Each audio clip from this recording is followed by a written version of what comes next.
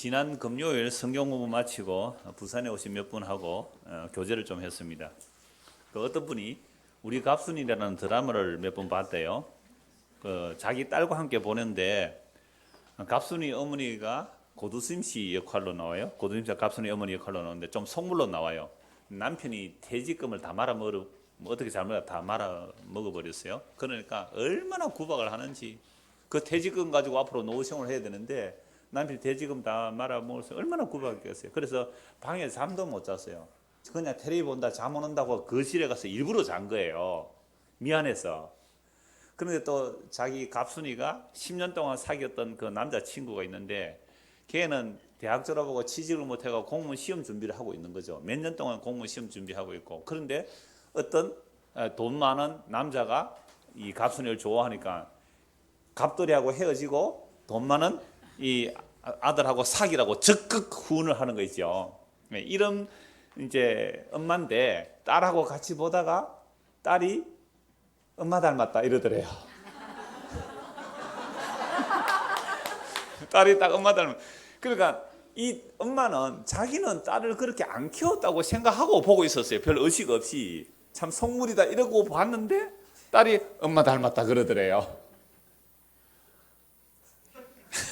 뭐라고 했어요? 쇼크 받았겠다. 자기는 그렇게 생각 안 했는데 그 딸이 이제 그렇게 얘기한 거죠. 그때 이제 저도 한마디 했습니다. 우리는 사실 다 자녀들에게 무언의 압력을 가하고 있습니다. 때로는 무언의 압력만 아니라 노골적인 압력을 가하죠. 저도 사실 그랬어요. 이 시간 고백하건대, 야, 니 그렇게 공부해가지고 앞으로 뭐 될래? 이건 얼마나 상처였겠어요, 자기에게. 요즘은 안 합니다. 제가 많이 성화가 돼가지고. 내가 어떤 죄인으로 전 옆에 용서를 받는데 애한테 어떻게 그럴 수 있겠느냐. 예수 믿으면 괜찮다. 정말 지난 5일 인사했는데, 너 정말 예수 믿으면 다 괜찮다. 취직 못해도 괜찮고 공부 못해도 괜찮다. 예수 믿으면 된다. 그러니까 우리 뭐 밥 먹고 살면 되지 않니? 제가 그 얘기를 진심으로 해요. 내 속으로도 정말 그렇게 해요. 그러니까 제가 그 말을 하면서, 우리가 무언의 압력을 하면서 다들 뭐 매도 들고 그렇게 할 거예요. 그러면서 다 너를 위해서 한다 라고 말하지만, 사실은 내 자녀가 잘 되면 사실 내 명예도 있잖아요. 그래서 사람들이 나를 부러워하고 나를 또 존경하고 그런 것도 있지 않습니까? 그러니까 결국은 그러한 이 갑순이 엄마 같은 역할을 우리가 다 하고 있어요. 안 하는 사람 거의 없어요. 혹시 있으면 손 들어보세요. 그러니까 다 그렇게 압력해요. 그러니까 엄마가 안 하면 또 아빠가 또 열심히 챙기는 아빠들도 있어요. 아빠가 열심히 챙기는 경우도 있단 말이에요. 그러니까 그렇게 압력을 가하는 이유는 딱 한 가지예요. 네가 그래야만 나중에 사람들에게 불쌍히 여김을 받지 않는다. 사람들에게 불쌍히 여김을 받지 않는다. 그 이야기예요. 그 이야기. 근데 그 말 한 사람의 딸이 사실은 의사예요. 와, 갑자기 팍 부러움이 생각나죠. 그런 말 한 사람이, 딸이 엄마 닮았다 한 그분 딸이 의사라니까요. 엄마한테 비싼 카드도 주고 그러더라니까. 비싼 카드. 연회비가 비쌀수록 좋은 카드예요. 저도 처음 알았어요. 30몇만 원 한대요, 연회비가. 보세요, 벌써 와, 부러움이 막 나오잖아요. 그걸 딸이 줬으니까, 의사가 줬으니까 의사 딸이 줬어요. 그 옆에 또 어떤 분은요, 제가 오늘 여러분들의 시기심을 막 일으키려고 해요. 그 옆에 어떤 분은 고등학교 3학년인데 새벽기도까지 나왔대요. 새벽기도까지. 그리고 예배 학교 갔다가 집에 오면서 꼭 교회 다니면서 기도했대요. 얘는 지금 검사돼 있어요. 우와, 그럴 수가. 그러면 우리 애도 새벽기도 시키고 학교 마치고 교회 와서 기도하면 검사 되겠다는 마음이 순간 들죠. 막 부러지지 않습니까? 결국 이런 말 들으면 우리는 좀 부럽고, 나는 어떻게 하면 우리 자녀를 그렇게 키울까 하는 마음이 생긴다는 것, 우리는 인지상정에 다 그래요. 자, 그런데 그렇게 부모들이 자녀들에게 압력을 가하고 무언의 압력을 가하고 뭐 돈을 대고 학원을 대고 하면서 키우는 목적은 딱 한 가지예요. 너는 세상에서 뭐 당하지 말라?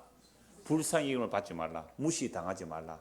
나는 내가 어려서 엄마 아빠가 그렇게 열심히 공부를 할 때 내가 놀아가지고, 내가 너그 아버지 같은 사람 만나가지고 내가 이래 고생을 하는데 니는 공부 열심히 해가지고 좀 좋은 데 시집 가서 고생 좀 덜 해라. 이거 거의 다 그렇잖아요. 불쌍히 여김을 받지 않으려고, 무시 안 당하려고. 그렇게 우리는 애를 쓰고 일하고 열심히 일하고 노력하고 자녀들에게 좀 잘 되게 해주려고 그렇게 부모들이 애를 쓰잖아요. 그런데 오늘 설교 제목이 뭐입니까? 주여 불쌍히 여기소서. 전혀 반대되는 개념이죠. 우리는 교회를 나왔어도 사실은 사람들에게 불쌍히 여김을 받지 않으려고 해요. 그래서 내가 괜찮은 사람인데 교회에 나와서 더 괜찮은 사람 되고 싶죠. 교회에 나와서 더 착한 사람 되고 싶고, 교회에 나와서 세상 사람들이 볼 때 부러워할 만한 그런 사람 되기를 원해요. 점점 괜찮아지는 사람이 되려고 한다면 오늘 이 말씀은 우리와 상관없는 말씀이 되죠. 주여 나를 불쌍히 여기소서. 불쌍하다는 말이 좋아요? 안 좋아요? 얼마나 안 좋은 말입니까? 불쌍히 여긴다는 말이. 아이고 불쌍해라, 안 됐다, 이 얘기잖아요. 토요일 날 단골 손님 오셨어요. 이분은 자기 형님이 교회 집사라고 팔면서 이렇게 국을 하러 오는 사람이 있는데요. 그래서 제가 1,000원을 줬거든요. 그러니까 안 가고 버티는 거예요. 1,000원 더 달래요. 아니 다른 사람들은 내가 공평하게 1,000원씩 다 줍니다. 2사람 올 때, 3사람 올 때 다 1,000원씩 주는데 당신은 뭐라고 1,000원을 내가 더 줘야 됩니까? 이랬거든요. 막 욕해도 좋습니다. 막 1,000원만 더 주시고 버티는데, 와, 내가 하나도 안 불쌍해 보여요, 그 사람이. 뺄찔 해가지고 찜질방에 사는데 10년 전에도 와가지고 내가 어떻게 주거지가 마련되면 일을 해서 열심히 살겠습니다 해놓고는 똑같이 와서 똑같은 말을 하는 거예요. 그래서 1,000원 더 달라고 해서 내가 시간 뺏기기 싫어서 알아서 하고 1,000원 더 줬어요. 그러니까 보세요. 우리가 그런 사람들 보면서 우리 자녀들은 뭐라 그래요? 너 열심히 공부 안 하면 저 사람처럼 돼. 그러잖아요. 저렇게 불쌍히 받으면 안 된다. 물론 세상에서는 그런 불쌍히 받을 이유가 없어요. 열심히 노력하고 공부 열심히 해야 된다. 예? 찬송 잘해야 된다. 열심히 공부해서 남에게 불쌍히 받지 말고 살아야 되는 건 마땅해요. 그런데 그렇게 뭐 아까 의사 얘기도 나고 검사 얘기도 나왔지만 아무리 그렇게 세상에서 불쌍히 받지 않는 사람이라 할지라도 예수님 앞에 나와서는 뭘 여김을 받아야 돼요? 그렇죠. 불쌍히 여김을 받아야 들어가는 나라가 하나님의 나라예요. 근데 우리는요, 세상 관점을 가지고 교회도 나와서 내가 교회 나옴으로 더 괜찮은 사람 되고 천국에도 불쌍히 여김을 받아서 가는 나라가 아니라 어떻게 들어가고 싶어요? 멋있는 모습으로 예수님이 벌떡 일어나서 두 손 들고 환영해주는 그런 모습으로 들어가고 싶잖아요. 그러면 주님 앞에 나가서 어떻게 해요? 선물 보따리 한거 들고 가서, 한 그릇은 가득입니다.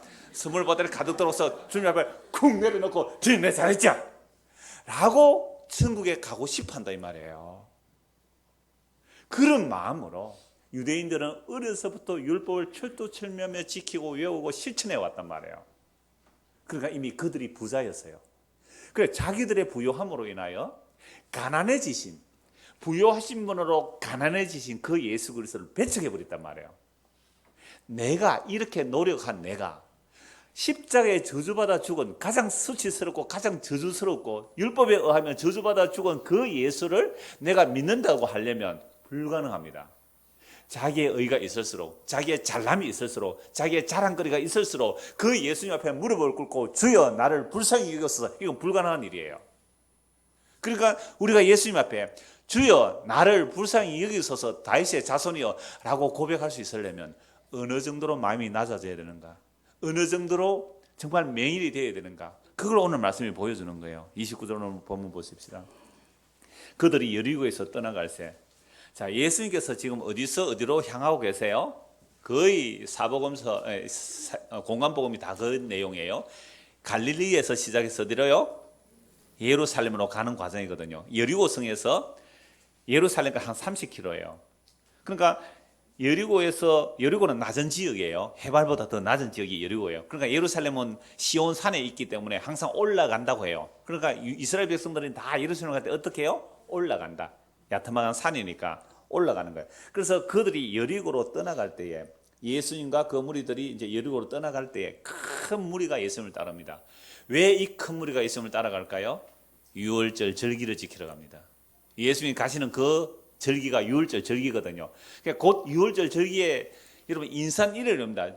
유대인 남자들은요 유월절과 오순절과 수장절 세 절기는 반드시 성경에 나와야 돼요. 그러니까 유대인 남자들이 때로는 뭐 아내를 데려올 수도 있고 자녀를 데려올 수도 있겠죠. 그렇게 유대인들이 들어오면요 그 예루살렘 작은 도시 안에 무려 100만에서 200만 명이 모인대요. 그냥 바글바글한 거죠. 사람들이 큰 무리가 이제 예루살렘으로 올라갑니다. 그러면서 예수를 따라가요. 예수님이 기적도 일으키는가 사람들은 이제 드디어 예수가 예루살렘에 올라가면 뭐가 될 것이다? 왕이 될 것이다. 메시아로 등극할 거다. 그런 기대감을 잔뜩 품고 올라가는 거죠. 예수님의 제자들도 마찬가지입니다. 그래서 예수님의 제자들도 따라가면서 뭐라고 의논하면서 따라갑니까? 지난주에 봤잖아요. 세베대의 아내가 두 아들을 데리고 예수님 앞에 나와서 절하면서 뭐라고 그래요? 주여. 그러니까 예수님께서 뭐라고 말씀하세요? 지난주 한 말씀 보시죠. 20절입니다. 그때에 세베대의 아들의 어머니가 그 아들들을 데리고 예수께 와서 절하며 무엇을 구하니 예수께서 이르시되 무엇을 원하느냐? 오늘 말씀입니다. 무엇을 원하느냐는 내용이 있는데요. 세베대의 아내 그 두 아들의 데리고 어머니가 나와서 무엇을 원하느냐 하고 맹인도 뭘 원해요? 무엇을 원하냐? 절묘하게 배치가 돼요. 이들은 눈뜬 자들이잖아요. 3년 동안 예수님을 따라다니는 제자들입니다. 무엇을 구하느냐 하니까 이 사람들이 구하는 게 뭐예요? 주의 나라에서 주의 우편에 하나는 주의 우편에 하나는 주의 좌편에 앉게 명하여 달라고. 이걸 구하는 것은 아직도 이 사람들은 메시아 나라를 세상 나라의 연장선상으로 본 거예요. 그러니까 다른 열 제자도 어떻게 합니까? 화를 냈죠. 니만 예수님 앞에 나와서 로비해가지고 너만 로비해가지고 높은 자리 차지하고 그럼 우리는 뭐냐? 10명이 화를 냈단 말이에요. 그러니까 이 10명도 다 2명과 똑같은 마음으로 예수님을 따라갔잖아요. 예수님께서 예루살렘 올라가면 메시아로 등극할 것이고 등극하면 우리는 높은 자리 차지해야지. 이런 생각으로 제자들이 따라간 거예요. 자, 30절입니다. 오늘 보면 30절. 그렇게 큰 무리가 예수님께 여리고에서 예루살렘 올라가는데 30절 맹인 두 사람이 길가에 앉았다가 예수께서 지나가신다 함을 듣고 소리 질러 이르되 주여 우리를 불쌍히 여기소서 다윗의 자손이여 하니.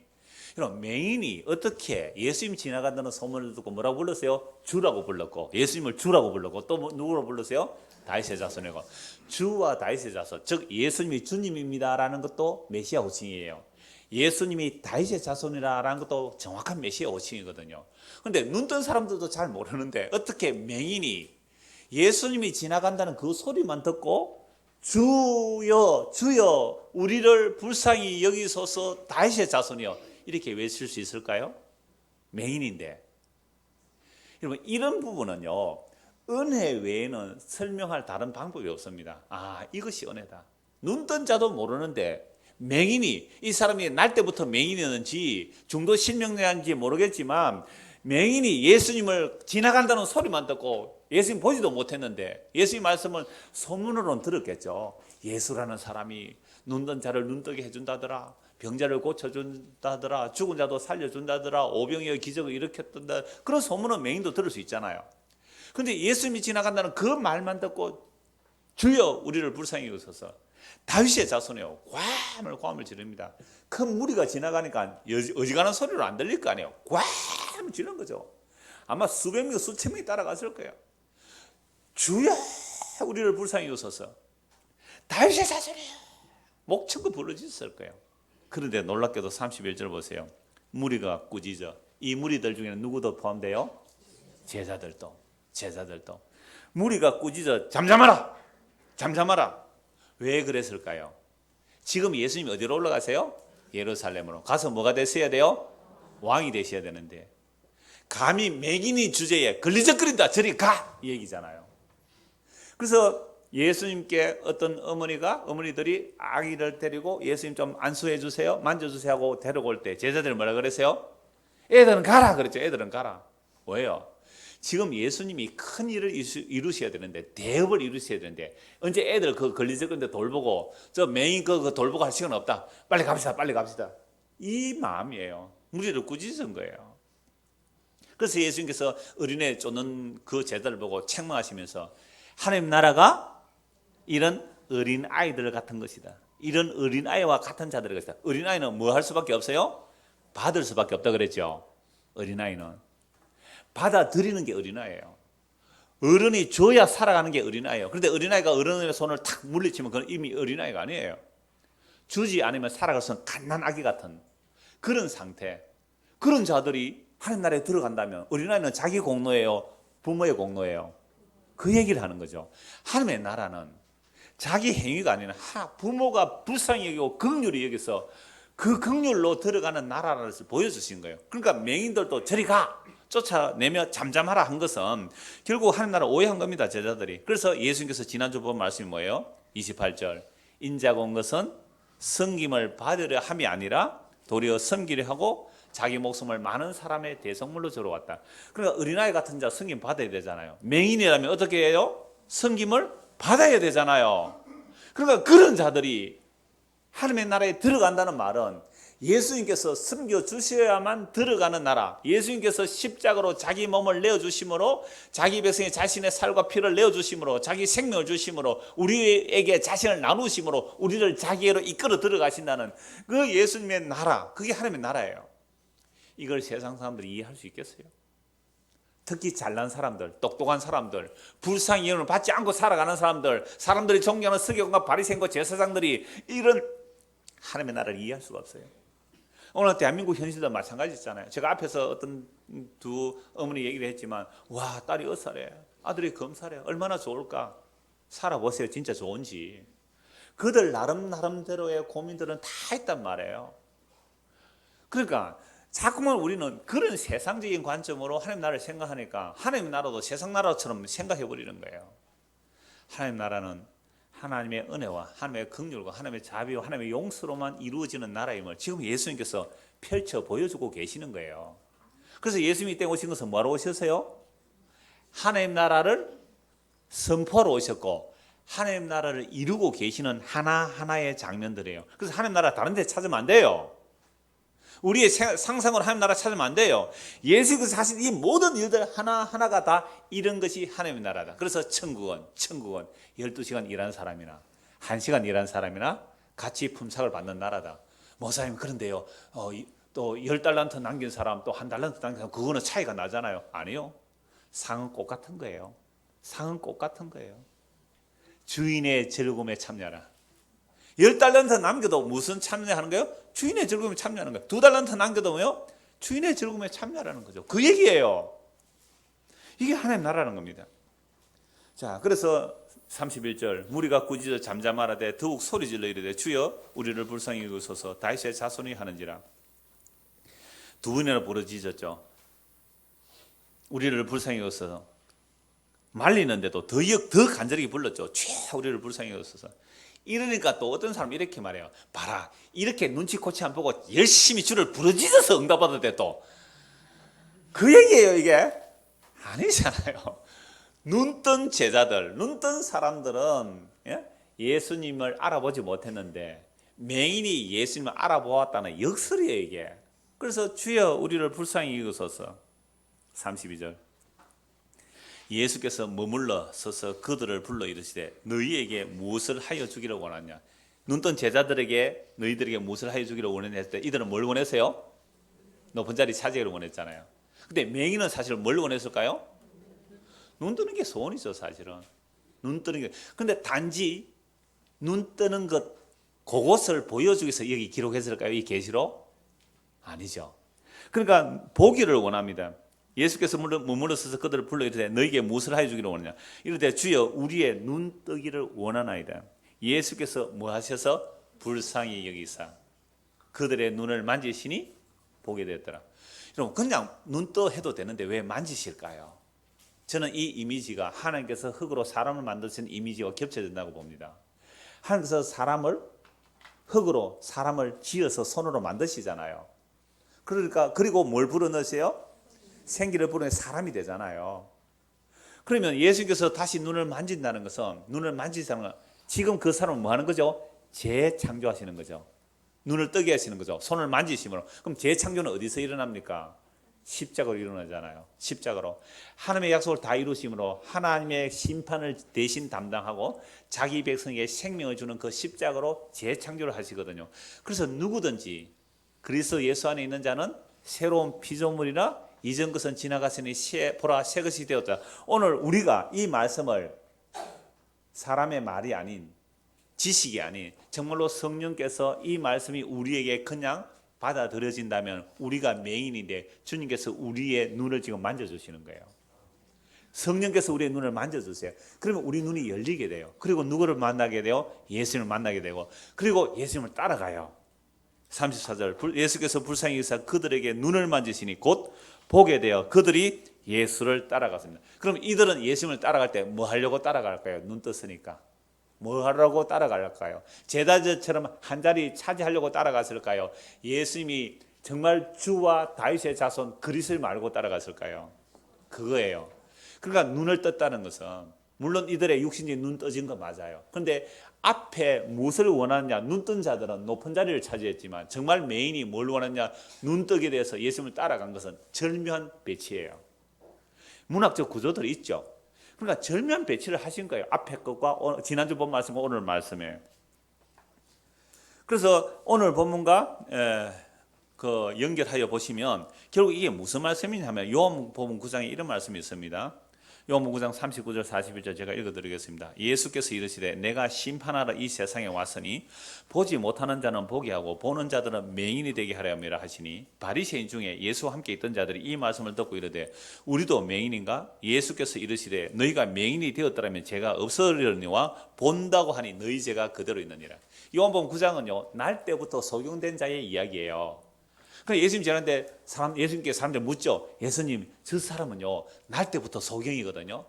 옛날에는 소경인데 지금은 장애인들 협회에서 이렇게 건의를 받아서 맹인이라고 해요. 그래서 예수님 저 사람이 날 때부터 맹인이 되었는데 저 사람의 죄입니까? 부모 죄입니까? 물은 거예요. 그러니까 유대인들은 날 때부터 장애가 있다는 것은 장애 자체를 뭐로 보여? 병 자체를 죄로 보니까 부모가 죄를 지었나? 아니 날 때부터 그러면 지죄가 부모죄가 막 자기들 감론을박한 거죠. 그래서 예수님 뭐라고 말씀하세요? 하나님이 하실 일을 위하여 그렇게 했다 하고 눈을 뜨게 해주죠. 눈을 뜨고 예수님 사라져요. 눈 뜬 사람은 예수님 누군지 아직도 몰라요. 그러니까 유대 사회에서 완전히 막 이거는 난리가 났죠. 그래서 부모를 소환하고 그 아이를 눈 뜬 사람을 소환하고 이 바리새인들이 누가 눈 뜨게 했느냐 막 그렇게 조사를 했단 말이에요. 그러니까 그 결론이 이 얘기예요. 예수님께서 하신 말씀이 이 말씀이에요. 내가 심판하러 왔는데 보지 못하는 자들은 뭐하고요? 보게 해주고 본다고 하는 자는 맹인되게 만들겠다. 그러니까 맹인 같은 보지 못하는 사람은 눈 뜨게 해서 그리스도가 누구신지 알게 해주는데 나는 눈 뜬 사람이라고 하는 사람들 나는 예수님이 누군지 안다. 나는 메시아가 누군지 안다. 그래서 율법 지킨다. 자기는 본다고 하는 그들은 전부 다 눈 멀게 해버리겠다는 거죠. 이게 예수님께서 말씀하신 천국의 모습이거든요. 그러니까 적어도 예수님 앞에 나와서 주여 불쌍히 여기소서 다윗의 자손이여 라고 하려면 어느 정도로 마음이 낮춰져야 되겠어요. 진짜 맹인이 되는 거죠. 맹인 불쌍하잖아요. 날 때부터 맹인 되든지 중도 실명자든지요. 맹인 돼 보세요. 눈 다 시력 다 상실해 보세요. 얼마나 비참하고 얼마나 고통스러운데요. 그래서 1급 그러니까 장애 1급 1번 양한 실명이에요. 두 다리 잃는 것보다도 두 팔 잃는 것보다도 양한 실명이 장애인 1급 제일 우선순위가 양한 실명이에요. 얼마나 불편하겠어요. 보지 못한다는 거. 그러니까 예수님께서 이 땅에 오신 것은 보지 못한다는. 그러니까 이 세상에 본다고 하는 것은 너희 다 가짜야. 잘못 보는 거야. 이 세상 사람 다 이미 죄와 허물로 눈이 가려진 상태예요. 우리 눈이 다 맹인되어 있어요. 맹인되어 있기 때문에 우리가 다 맹인이 되어 있기 때문에 뭐만 바라봐요? 땅의 것만 바라봐요. 땅의 것만 바라봐요. 오늘 주일학교 오전 설교가 고린도서 3장이었어요. 너희가 그리스도와 함께 다시 살리심을 받았다면 위의 것을 생각하고 땅의 것을 생각하지 말라 그랬단 말이에요. 그럼 위의 것은 뭐가 있는데요? 예수 그리스도의 생명이 위에 있단 말이에요. 땅의 것을 생각하지 마. 땅에는 온갖 욕심, 시기 질투 그런 것들이 가득한 거죠. 그래서 아이들에게 제가 이렇게 설명했어요. 동물과 사람의 차이가 뭐냐고. 동물과 사람의 차이가 여러 가지 차이들을 말하지만 인간은 직립보행을 하죠. 직립보행을 해요. 동물들은 엎드려서 살아요. 네 다리로 기니까. 동물들은 뭐만 보는 게 정상적이에요? 땅만 보는 게 정상이에요. 동물들이 이렇게 살면 이상하잖아요. 개가 이렇게 살면. 그러니까 사람은요, 하늘을 볼 수 있도록 지어 놓으신 거예요. 그런데 타락해 버렸잖아요. 그래서 에레미야 말씀 보면 만물보다 심히 부패한 게 사람의 마음이라. 인간이 타락하게 되니까 하늘을 생각 안 해요. 위의 것을 안 찾아요. 그러니까 땅의 것만 찾잖아요. 인간 짐승보다 더 악해요. 여러분, 사자나 범은요, 호랑이들은요, 자기 배만 부르면 옆에 영양떼들이 수천 마리가 있어도 잡습니까? 안 잡습니까? 안 잡아요. 사자, 호랑이가 배가 부르면요, 영양들이 그냥 지나가요. 그냥 보면서 구경하면서 지나가는 거예요. 배 고프면 물론 도망갑니다. 배 부르면, 자기 배 하나 부르면 뭐 새끼 먹을 것 정도면 절대로 두 마리, 세 마리 안 잡아서 비축하는 짐승이 없어요. 다람쥐는요, 많이 모아가잖아요. 다람쥐는 묻어놓고 왜 그래요? 못 찾으면 그게 또 나무가 자라요. 아주 유익한 일을 합니다. 다람쥐는. 아주 유익한, 다람쥐 때문에 나무가 아주 잘 자란다니까요. 번식하는 거예요. 그러니까 이 사나운 짐승들보다 더 악한 게 뭐예요? 사람의 마음이에요. 그게 탐심이고 탐심 우상숭배예요. 그러니까 자기 평생 먹을 거 벌어놨으면 됐잖아요. 그런데 끝이 없어요. 더. 그래서 천억 비자금을 마련했잖아요. 이영복 회장이 부산의 해운대 바닷가에 올릴 수 없는 그 고층 60m 제한되어 있는데 101층까지 올려가지고 천억 비자금 마련해서 검찰에 먹이고 국회의원들에 먹이고 다 먹였잖아요. 여러분, 그러한 천문학적인 돈을, 비자금을 천억을 썼다면 천억 섬으로 자기는 얼마 벌려고 한 거겠어요? 조 단위로 벌려고 한 거예요. 조 단위로. 이게 타락한 인간의 본성이에요. 땅의 것을 끝이 없어요. 탐심이 우상숭배예요. 이게 맹인입니다. 맹인. 이런 자들이 맹인이에요. 그러니까 본다고 하는 이 세상 자체가 주님께서 보실 때는 전부 맹인이에요. 그런데 나는 정말 맹인 맞습니다. 나는 하늘의 것을 볼 수도 없고 바라볼 수도 없습니다. 나 정말 맹인 맞아요 하면 눈뜨게 해주겠는데 지가 본대요. 하나님 나라는 이렇대요. 천국은 이렇대요. 하나님이 이런 분이래요. 그러니까 너는 전부 다 맹인이다 이 말이죠. 하나님의 심판이 뭐예요? 본다고 하는 자는 보지 못하게 만들어버리고 보지 못하는 진짜 맹인은 내가 눈뜨게 해주겠다는 거예요. 그래서 오늘 본문과 연결해 보면 이미 눈을 뜨고 예수님을 따른다는 제자들은 예수님께 도움이 된다고 생각한 자들이에요. 그러므로 하나님의 나라에서 누가 크냐는 다툼을 하면서 예수님을 따라갑니다. 이들에게 무엇이 없습니까? 주여 나를 불쌍히 여기소서 다윗의 자손에, 이게 없는 거예요. 앞에서 예를 들어 제가 말씀드렸습니다만 세상에서도 우리는요 불쌍히 여김을 받지 않으려고 온갖 노력을 다합니다. 그런데도 제대로 되지 않으니 뭔가 있어 보이게 하려고 자기를 또 치장합니다. 꾸밉니다. 그러면 교회당에 올 때 어떻게 와야 돼요? 민낯으로 좀 오면 안 되겠어요? 민낯으로. 근데 그렇게 못 와요. 예배 시간이 늦어도 이거를 하고 와야 되는 거예요. 왜 그래요? 이게 꾸미려고 하는 거죠. 이걸 위선이라 그래요. 근데 나만 꾸미는 게 아니라 상대방도 꾸미니까 우리는 이걸 흔히 철학자가 이렇게 말했어요. 상호 위선과 상호 기만 속에 살아가요. 이게 세상이란 말이죠. 이런 자들이 교회에 모여가지고 무엇을 추구하겠습니까? 나는 정말 불쌍한 사람입니다. 그래서 예수님 나를 불쌍히 여겨주시지 않으면 나는 아무런 소망이 없습니다. 정말 이런 식으로 교회에 나옵니까? 나 같은 사람이 예수를 믿어서 더 괜찮은 사람 되고, 그래서 사람들에게 더 나은 사람으로 데리고 나온다면 이건 아직도 소경입니다. 아직도 맹인입니다.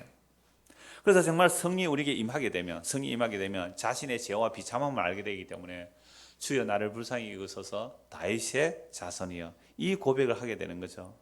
이게 얼마나 놀라운 은혜냐 이 말입니다. 그래서 다시 오늘 본문 보십시오. 그들이 여리고에서 떠나갈 때에 큰 무리가 예수를 따르더라. 무슨 절기예요? 유월절 절기예요. 그러니까 이스라엘 백성들이 각자 흩어진 곳에 있다가도 외국에 있다가도 3대 절기는 오거든요.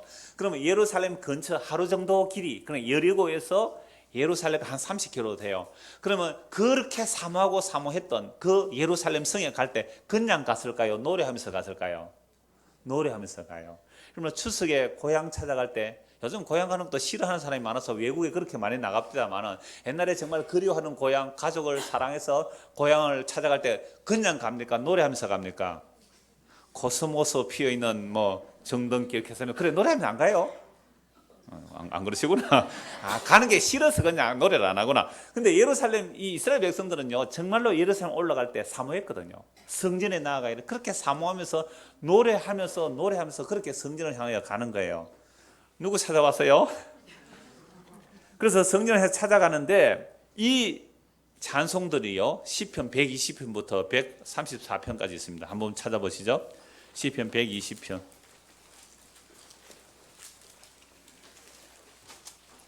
자, 120편 딱 표제어가 나와 있는데 뭐라고 되어 있어요?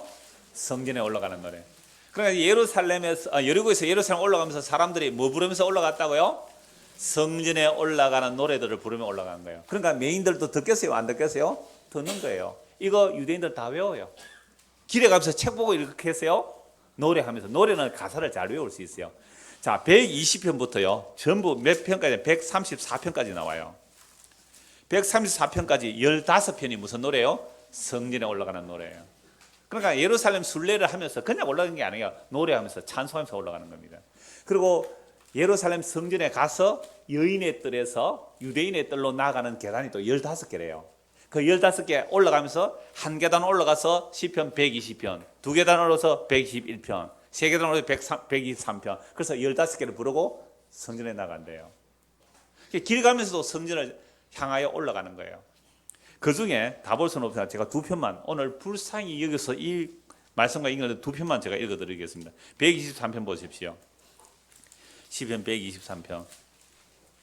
하늘에 계시는 주여, 내가 눈을 들어 주께 향하나이다. 성전의 손을 바라보는 종들의 상전의 손을 바라보는 종들의 눈같이, 여주인의 손을 바라보는 여종의 눈같이 우리의 눈이 여호와 우리 하나님을 바라보며 우리에게 은혜 베풀어 주시기를 기다리나이다.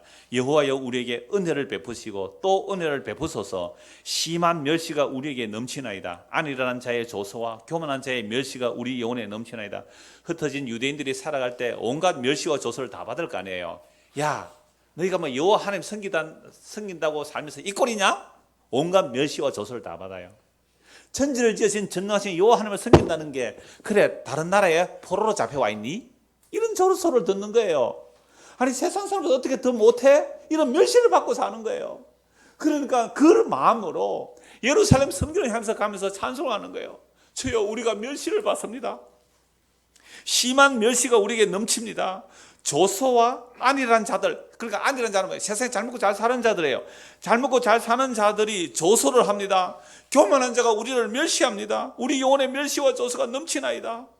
그러니까 주여, 우리를 좀 봐주십시오. 3절에 여호와여, 우리에게 은혜를 베푸시고 또 은혜를 베푸소서. 은혜라는 것은 조건을 보고 해주는 게 아니잖아요. 그러니까 다른 말로 하면 불쌍히 여겨달라는 말이에요. 주여, 우리에게 불쌍히 여겨주십시오. 또 불쌍히 여겨주십시오. 우리가 어떤 자격과 조건을 갖추어 주님 앞에 나갈 수가 없습니다.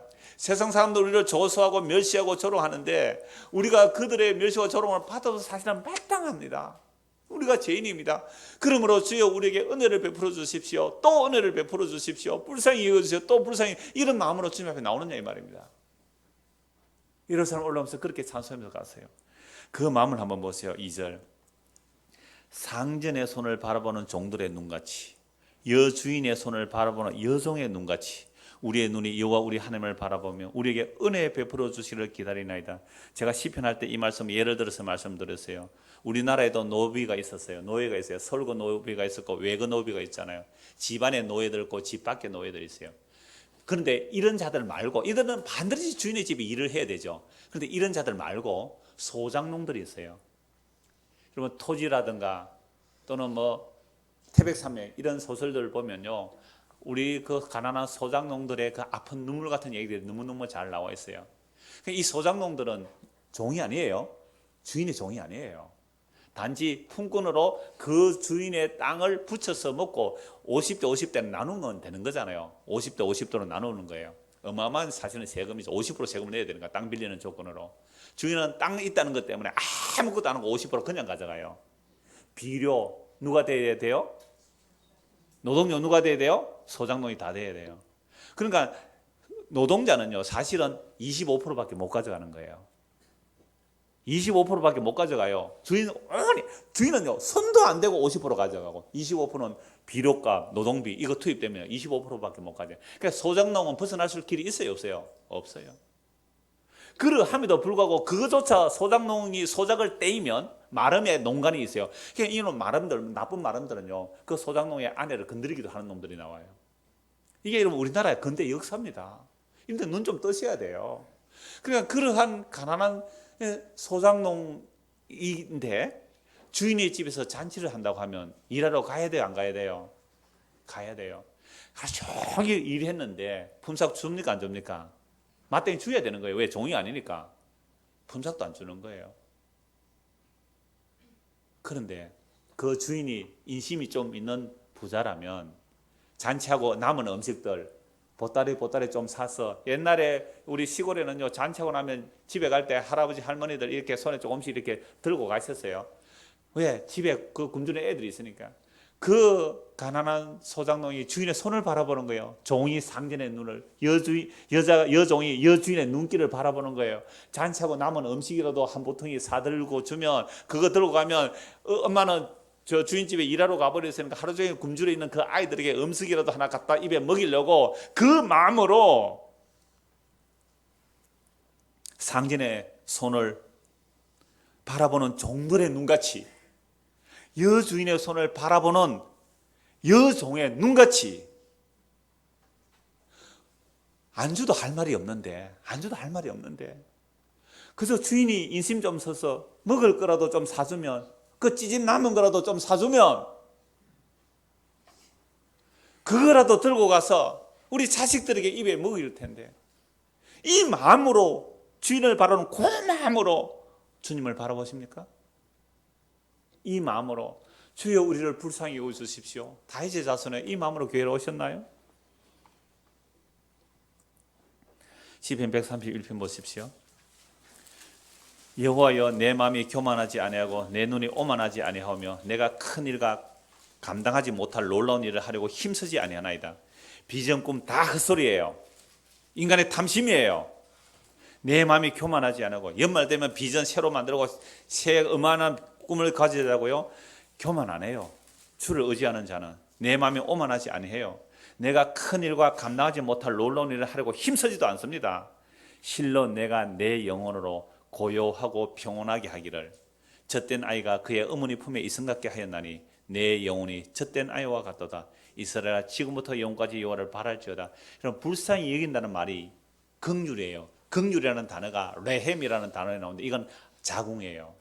엄마가 아기를 긍휼히 여기는 그게 긍휼이라는 단어예요.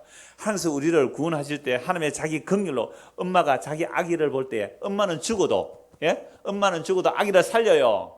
물론 요즘 타락해가지고 아기를 버리는 엄마들도 많던데, 진짜 엄마는 죽어도 아기를 살린다고요. 그 긍휼이 불쌍히 여긴다는 단어예요. 하나님께서 우리를 구원하실 때 이 긍휼로 우리를 구원하시는 거죠. 그러니까 우리가 예수 그리스도 그 품 안에 있는다는 것은 마치 어린아이가, 젖된 아이가 만족해서 엄마 품에 있는 것 같은 상태, 이걸 구원이라고 말한단 말이에요. 오늘 우리가 이렇게 모여서 찬송도 합니다. 연보도 하고요, 기도도 합니다. 설교도 합니다. 그런데 우리의 마음이 과연 주님께 이 맹인처럼 주여 우리를 불쌍히 여겨주십시오, 다윗의 자손이요, 이런 마음으로 오십니까? 여러분, 사람들이 요즘 많으니까 자리가 좁아요. 여러 가지 불편할 겁니다. 시사 시간도 참 불편해요. 지난주에 수원에서 6분이 왔어요. 인터넷으로 듣는 분인데, 광주에 일이 있어 갔다가 예배 드리고 가자고 해서 수원에서 광주 갔다가 순천에서 주무시고 아침에 여기 와서 예배 드리고 인사를 하길래, 지난주에 제가 각 전도회 이렇게 조정 때문에 전도회 회장님들하고 모양실에 모이면서 식사하고 가세요, 아니 뭐 다른 데 가서 먹겠습니다 하더라고요. 아니 여기 왔는데 식사라도 하고 잠시 보고 갑시다 하고 식사하라고 하고 제가 방에 들어갔거든요. 그래서 빨리 마치고 나와보니까 그분들이 안 보이세요. 식사를 하고 있어야 되는데 한참 둘레둘레 찾아드니까요, 저 창가로 자리가 없어가 창가로 둘러서서 서서 이렇게 밥을 먹고 있더라고요. 물론 제가 미리 뭐 권사님들에게 이분 좀 식사 챙겨주세요 합니다. 나는 자리가 있을 줄 알고 식사하세요 하고 들어갔는데 창가에 줄 서서 있더라고요. 그분들이 밥 못 먹어서 그런 것도 아닌데 이런 마음이 들더라고요. 내가 이러려고 수원서 여기까지 왔나? 하는 마음 혹 들지 않았을까? 내가 이러려고 수원서 여기까지 왔나? 그런 마음 들지 않았을지 모르겠습니다. 여러분 가운데 아마 그런 마음이 드시는 분들이 계실 거예요. 내가 뭐 갈 교회가 없어서 여기 왔나? 우리 교회는요 친절하게 뭐 바나바도 없잖아요. 바나바 사역 아세요?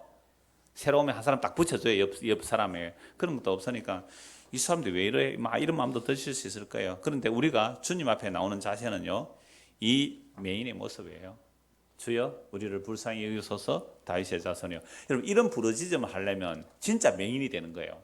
어느 정도로 비참하고 어느 정도로 낮아지고 얼마나 심령이 가난해졌을까요?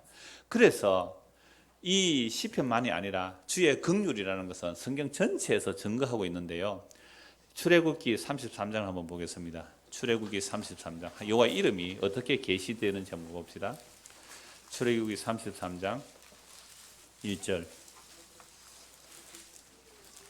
여호와께서 모세에게 이르시되 너는 내가 애굽 땅에서 인도하여 낸 백성과 함께 여기를 떠나서 내가 아브라함과 이삭과 야곱의 맹세에 내 자손에게 주기로 한 그 땅으로 올라가라.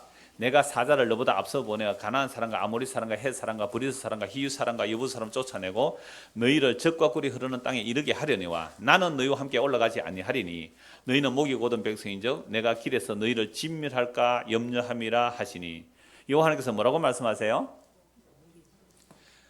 이스라엘 백성들이 어린 양의 피로 애굽에서 구속받아 나와요. 하나님의 약속과 어린 양의 피죠. 그래서 아브람과 이삭과 야곱의 약속한 대로 430만의 출애굽에서 시내산 앞에 왔습니다. 시내산 앞에서 언약을 체결해요. 그 언약 증서를 받으러 간 40일 동안 이스라엘 백성들은 시내산 밑에서 뭐 했어요? 금송이 섬겼죠. 이것은 하나님의 언약을 그대로 배반한 겁니다. 그래서 하나님께서 어떻게 말합니까? 이들을 내가 다 진멸해버리겠다. 진멸해버리겠다. 그때 모세가 목숨을 걸고 기도하죠. 하나님 그렇게 해버리면 하나님의 이름이 어떻게 되겠습니까? 라고 불쌍히 여겨달라고 기도하죠. 그러니까 하나님께서 거두어 드리세요. 이건 오해도 말씀드릴 거예요. 히스기야 기도와 연결해서 뜻을 돌이키는 하나님께 같이 말씀을 좀 볼 텐데. 그러니까 이럴 때에 하나님께서 그래 내가 너희 조상들에게 약속했으니까 아브라함과 이삭 야곱의 약속한 대로 저 약속의 땅 너희에게 줄게. 내 사자를 보내서 저들을 쫓아내고 너희를 젖과 꿀이 흐르는 땅에 갖다 놓을게. 그런데 나는 너희와 함께 가지 못하겠다. 왜요? 너희는 목이 곧은 백성이라서 내가 너희와 함께 가면 너희는 다 죽는다. 그래서 너희끼리만 가라. 나는 안 갈래. 여러분 우리는 오늘날 천국을 이렇게 생각해요. 이 땅에서 사는 게 힘들고 괴로우니까 이 땅에서 힘들고 괴로우니까 천국에 가면 그런 괴로움 없는 곳으로 생각한다면 지금 이 내용과 비슷해요. 주님이 안 계신다면 그게 무슨 천국이에요? 내 사랑하는 그 주님, 나를 사랑하시는 그 주님이 안 계세요. 그게 무슨 천국이겠어요? 그러니까 하나님께서 뭐라고요? 나 너희와 함께 안 갈래. 너희끼리 가. 그거 내가 다 마련해놨다. 거기 가서 내가 살게 해줄게. 가. 모세가 뭐라고 해요? 주님이 함께 가시지 않으시려면 우리 그냥 광야에서 다 죽여버리십시오. 우리를 주님께서 우리와 함께 가자. 우리 광야에서 다 죽여버리십시오. 모세는 하나님 뜻을 아는 거예요. 이게 선지자예요. 우리 천국 왜 가려고 해요?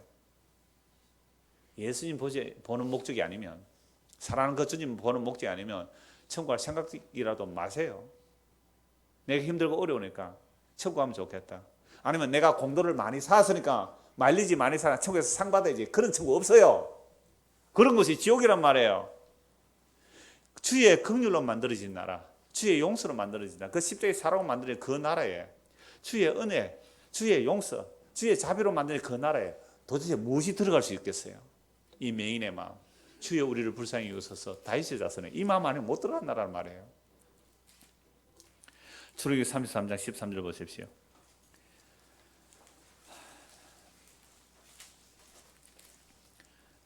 내가 참으로 주의 목전에 은총을 입어 사오면 원하건대 주의 길을 내게 보이사 내게 주를 알리시고 나로 주의 목전에 은총을 입게 하시며 이 족속을 주의 백성으로 여기소서.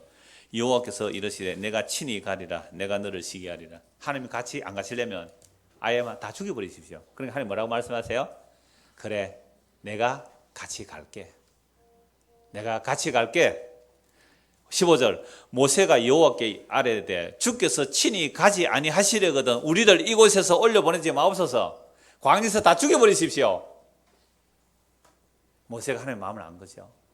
이래서 계시가 전달되는 겁니다. 16절 나와 주의 백성이 주의 목전에 은총 입은 줄을 불쌍히 받은 것을 무엇으로 알릴까? 주께서 우리와 함께 행하심으로 나와 주의 백성을 천한 만민 중에 구별하심이 아니니까.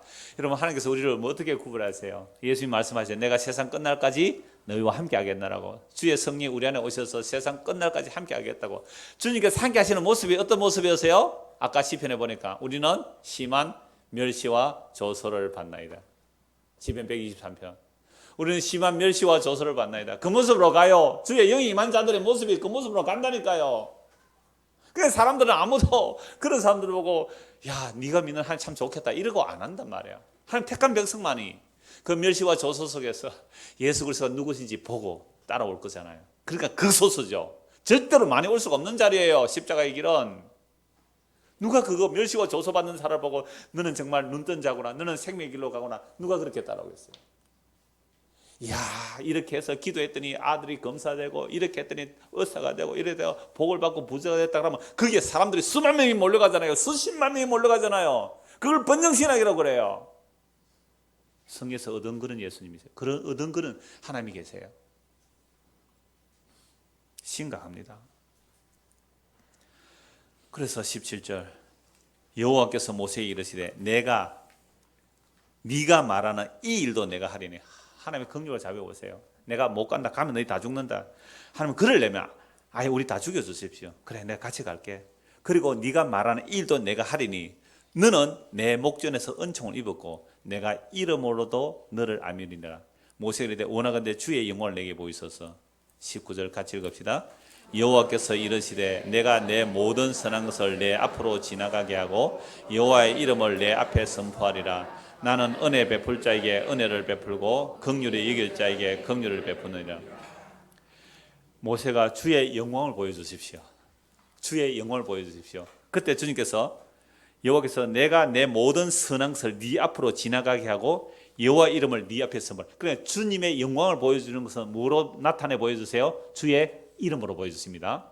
주의 영광 보여주십시오 했는데 주의 이름으로 보여주세요. 그 주의 이름이 어떤 이름이에요? 아주 길죠.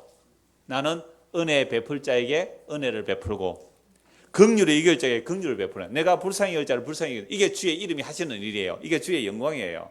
그럼 주의 은혜와 주의 긍휼이 어디에서 나타났습니까? 십자가로 나타났잖아요. 그 십자가에서 우리는 주의 긍휼을 입고 주의 은혜를 입는 거잖아요.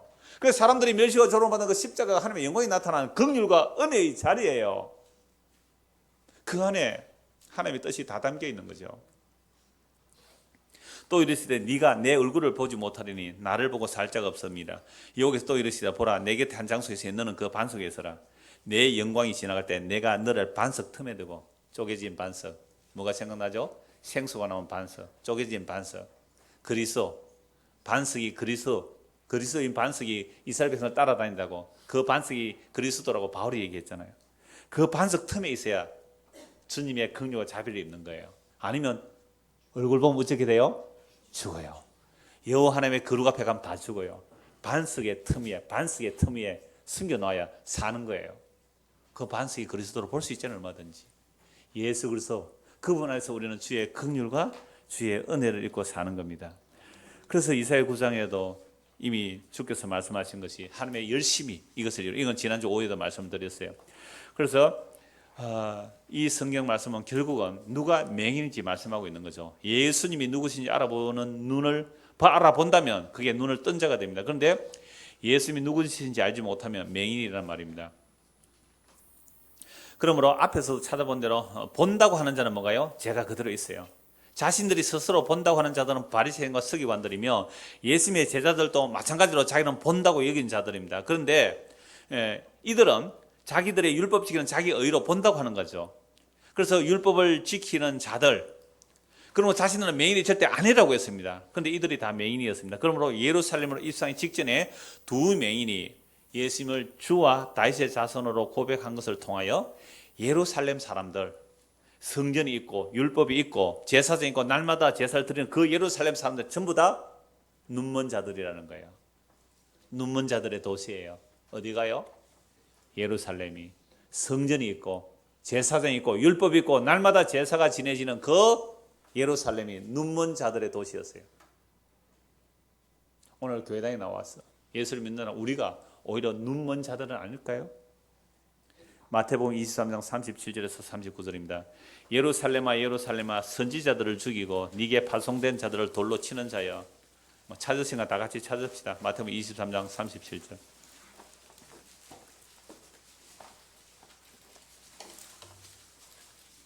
마태복음 23장 37절 39절. 예루살렘아 예루살렘아 선지자들을 죽이고 네게 파송된 자들을 돌로 치는 자여, 암탉이 그 새끼를 날개 아래 모은 같이 내가 네 자녀를 모으려 한 일이 몇 번이더냐. 그러나 너희가 원하지 아니하였도다. 보라 너희 집이 황폐하여 버려진 바 되리라. 내가 너희에게 이르노니 이제부터 너희는 찬송하리로다. 주의 이름으로 오시는 이 할 때까지 나를 보지 못하리라 하시니라. 예수님께서 예루살렘에 들어가셨어요. 그러니까 예루살렘을 바라보고 우세요. 예수님께서 예루살렘아 예루살렘아 선지자들 죽이고 네게 파송된 자를 돌로 치는 자여, 암탉이 새끼를 모으라고 그렇게 모았지만 너희들이 원하지 않았다는 거예요. 왜요? 그들은 뭐가 있었어요? 성전이 있고 제사가 있고 제사장이 있고 선지자들이 있었다고 생각하잖아요. 그런데 그들이 다 눈먼 맹인들이었습니다. 생명의 길 진리의 길을 알지 못했습니다. 천국에 가는 길을 가로막고 자기들도 들어가지 못하고 들어가려고 하는 사람도 가로막고 있었던 자들이 이런 종교인들이었습니다. 성령과 율법과 제사장이 다 예수 그리스도를 증언하는 길입니다. 그런데 그들은 눈이 가려질 수 있어서 그거 열심히 하면 하나님 나라에 들어간 줄 알았습니다. 그래서 우리는 율법이 꼭 필요한 이유가 이 율법을 통해 우리의 죄가 무엇인지 드러나는 거예요. 아, 이것이 소경들이 간 길이고 이게 맹인들이 추구한 길이에요. 그래 진짜 율법을 지키지도 못하고 율법을 볼 수도 없었던 그 맹인들, 세리들, 죄인들, 창기들, 이방인들이 의롭다움을 받는 것은 하나님 나라가 어떠함을 극명하게 대비시켜 보여주는 거죠. 그래서 우리가 오늘 이렇게 모여서 하나님의 말씀을 듣는다는 것은요, 아까 집사님 기도할 때도 그 얘기했지만 우리 속에 있는 죄가 어떠함이 드러나져야 돼요. 드러나져야 주여 우리를 불쌍히 여기서 이렇게 나와요. 그런데 죄가 드러나는 것이 아니라 여러분 어떤 집사는 이렇게 해서 지난주에 이렇게 잘했습니다. 그래서 연말 되면 시상식 하죠. 우리 주일학교는 시상식이 없어요. 교회 시상식이 없어요. 연말에 전도상 해가지고요. 주일학교에서 해요. 전도 몇 명 했나 상 주고 또 뭐 했나 상 주고 구역별로 전도 많이 하면 구역별로 제주도 영도 보내줍니다. 구역별로 전도 많이 하면 그렇게 되면 거기에는 뭐가 사라져요? 불쌍히 여겨져서가 사라지는 거예요. 잘한 나, 그래서 상 받는 나, 전도 왕, 뭐 구역별 상 이런 것들로 바꿔치기 하는 거. 그게 세상 영광 쫓아간 맹인들이 가는 길이에요. 맹인들이 가는 길. 소경이 소경을 인도하면 둘 다 구덩이 빠지는 그 길로 가는 거예요. 한 거 보고 말씀 마무리하겠습니다. 히브리서 4장입니다. 그래서 우리가 예배한다, 말씀을 듣는다는 것은 이 개념이에요.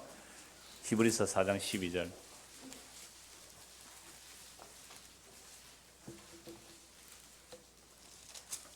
16절까지 봅니다. 하나님의 말씀은 살아있고 활력이 있어 좌우에 날선 어떤 것보다도 예리하여 혼과 영과 및 관절과 골수를 찔러 쪼개기까지 하며 또 마음의 생각과 뜻을 판단하는. 그리고 하나님의 말씀은 우리 마음의 뜻과 생각이 드러나는 거예요. 지으신 것이 하나도 그 앞에서 나타나지 않음이 없고 우리의 결산을 받을 시에 눈앞에 만물이 벌거벗은 같이 드러나니라. 결국 우리는 주님 앞에 설 거예요. 믿는 자는 믿지 않는 다 주님 앞에 서게 될 거예요.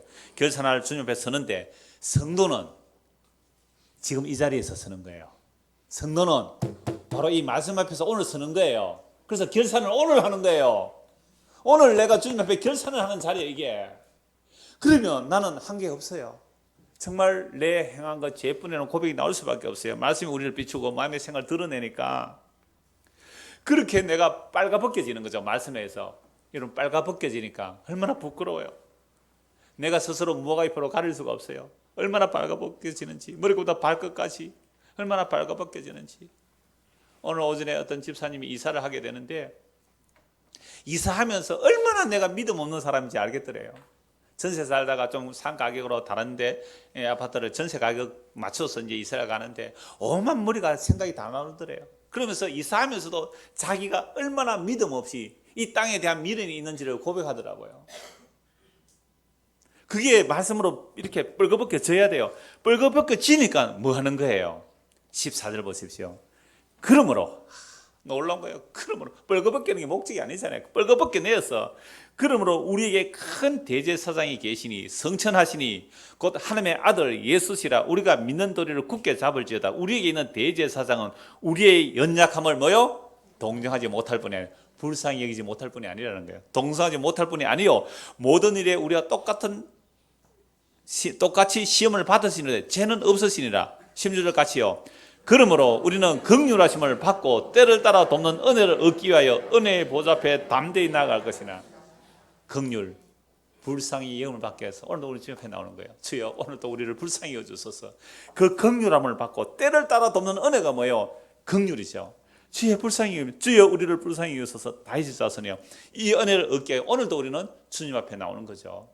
그리고 주님 어디 계신데? 우리 안에 계신데 우리 안에 영으로 임재하고 계시죠. 우리가 모인 자리에 임재하세요. 그리고 이 말씀이 주님이시잖아요. 그 주님, 정말로 내가 주님으로부터 긍휼을 받기 위하여 오늘도 나는 맹인처럼, 길가의 여리고성의 그 맹인처럼 주여 나를 불쌍히 여기소서. 다윗의 자손이여. 이 고백이 오늘 저와 여러분의 고백이 되기를 간절히 소원합니다. 기도하겠습니다. 하나님 아버지, 우리는 세상에서 부끄러움을 당하거나 자존심을 상하거나 다른 사람들에게 불쌍히 여김을 받는다면 차라리 죽는 것이 낫다고 여깁니다. 그래서 실제로 자살도 많이 하는 이유는 세상에서 부끄럽지 않으려고 자살합니다. 그러나 우리는 세상에서 조소와 멸시를 받을 수밖에 없는 자들이라 할지라도 예수 그리스도 그분의 긍휼과 그분의 불쌍히 여기심 그 안에 들어가는 길이라면 그 조소와 멸시조차도 우리를 그리스도에 있게는 합력하여 선을 이루는 하나님의 선임을 볼 수 있는 시각을 열어주시고, 그래야 세상에 그 어떤 것도 부러울 것도 없는 예수 안에서 의롭다는 받는 그 자의 복, 그것을 얻었다면 이것이 정말 기쁨이며 감사이며 찬송의 제공임을 알 수 있도록 우리에게 은혜를 더하여 주시옵소서. 예수 그리스도를 받들어 기도드리옵나이다. 아멘.